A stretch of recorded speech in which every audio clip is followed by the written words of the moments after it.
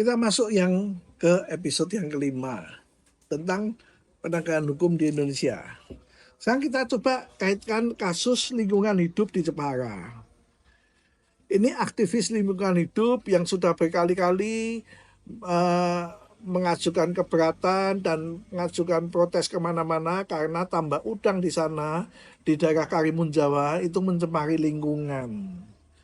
Rupa-rupanya saya tidak tahu tentang komunikasinya dan sebagainya, sehingga kemudian yang terjadi justru para aktivis ini dilaporkan tentang undang-undang ITE. Lalu mereka ditahan.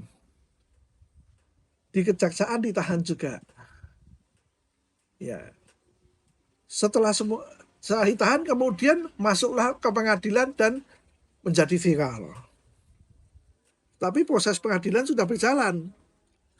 Menjadi viral sehingga kasusnya kemudian diputus oleh majelis hakim Pengadilan Negeri Jepara 7 bulan. Ya. Terdakwa banding. Kemudian di majelis tinggi, di pengadilan tinggi, di majelis banding diputus bebas. Ini menarik sekali. Ya. Hakim sudah mau melihat tentang keadilan itu dari sebuah terjemahan peraturan yang dikaitkan dengan kearifan lokal, yang dikaitkan dengan moral. Ya. Itulah menurut saya itu tentang keadilan. Keadilan bukan sekedar menerapkan peraturan. Mengapa saya katakan demikian? Banyak peraturan yang sejak dulu ingin dibuat tapi nggak jadi-jadi. Contoh, undang-undang perampasan aset sudah berapa tahun?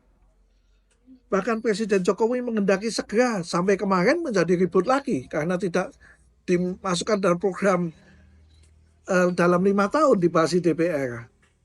Itu perampasan aset yang dimana kita selalu berteriak-teriak tentang berantas korupsi. Undang-undangnya lebih berat itu tentang perampasan aset. Ya, kemudian ada yang mengatakan kan sudah ada undang-undang TPPU dan sebagainya. Ya kembali lagi bahwa keadilan bukan hanya sekedar menerapkan peraturan. Karena bagi saya peraturan itu ada bargaining kepentingan. Di Senayan sana. Ya. Menegakkan hukum adalah menegakkan tentang sebuah peraturan, menegakkan tentang kearifan lokal, dan menegakkan tentang etik. Ya. Contoh misalnya, Ketua KPU. Ya kejadiannya di Jerman itu. Saya lupa di Jerman atau di Belanda. Tapi kemudian dibahas di majelis etik di sini. Majelis etik KPU. Ya. Karena nggak bisa mengangkat kasus yang ada di sana. Ya, secara hukum nggak bisa. Dibahaslah di sidang etik. Kemudian dan dipecat. Dinyatakan bersalah dan diberhentikan dengan tidak hormat. Ini satu contoh. Bahwa keadilan itu membahas tentang peraturan, membahas tentang kearifan lokal dan tentang etika. Ya. Kasus lingkungan hidup itu kan jelas, itu para aktivis yang mencoba menyelamatkan lingkungan tentunya untuk kepentingan masyarakat, bukan kepentingannya dia. Ya. Tetapi kembali lagi, asal kemudian ada pengaduan, kemudian cocok atau dibikin dicocok-cocokkan dengan peraturan, ya perbuatannya dicocok-cocokkan begitu, langsung maju ke dalam persidangan. Ya.